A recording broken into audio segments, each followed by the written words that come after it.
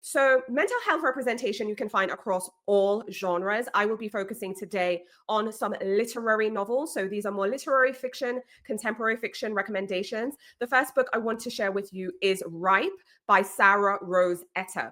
Now, I actually recommended this book in a summer reading guide previously because in this one we have our main character, Cassie. She is trapped in a corporate nightmare. She is plagued by this miniature black hole that is feeding on her depression and her anxiety. She ends up in a conundrum with her boss, who is demanding she do something sort of illegal. She's also unexpectedly pregnant and she's just dealing with a lot. So we see her having to decide whether the tempting everything that Silicon Valley is offering her at her job and everything, if it's really worth it. So we really get the anxiety and the depression in this one. So again, mental health rep in this literary novel.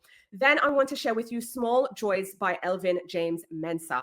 Absolutely adore this book. Love the author, who I also spoke to on the Reader's Couch podcast. This was a great chat because in this novel, we have our main character who is working at a dead end job, working at a movie theater, college dropout, not really sure where he's supposed to be or what he's supposed to be doing. Unfortunately, we see our main character attempting to unalive himself, but he's interrupted in the process of doing that by his new roommate. Now, this new roommate takes him under his wing and really is trying to show him everything that makes life worth living. So the small joys, so to say. So he really takes him out of his comfort zone and really show him, hey, you're important, you're special, you need to be here, but also teaching him how to appreciate the small things in life. He also goes through something else as well, but we get to see him overcome that. So even though we start in a dark place, it really goes into the light.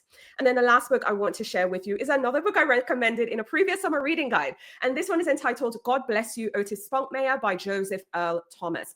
I absolutely adored this book. It follows an Iraqi war veteran who is now turned doctor, is an MD, PhD student as well. And we see him navigating single fatherhood, medical school, and night shifts working in the emergency room in this North Philly hospital. Of course, because he is an Iraqi war veteran, he's carrying some of the trauma from that. He's also dealing with meeting his father, his biological father, who happens to be incarcerated.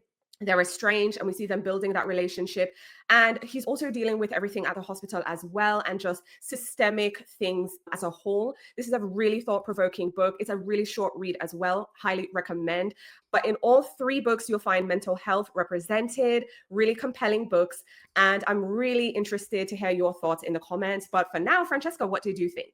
I think those sound amazing. I actually feel Ripe sounds really good and like lots of layers to it. So I'm excited. Tons of layers.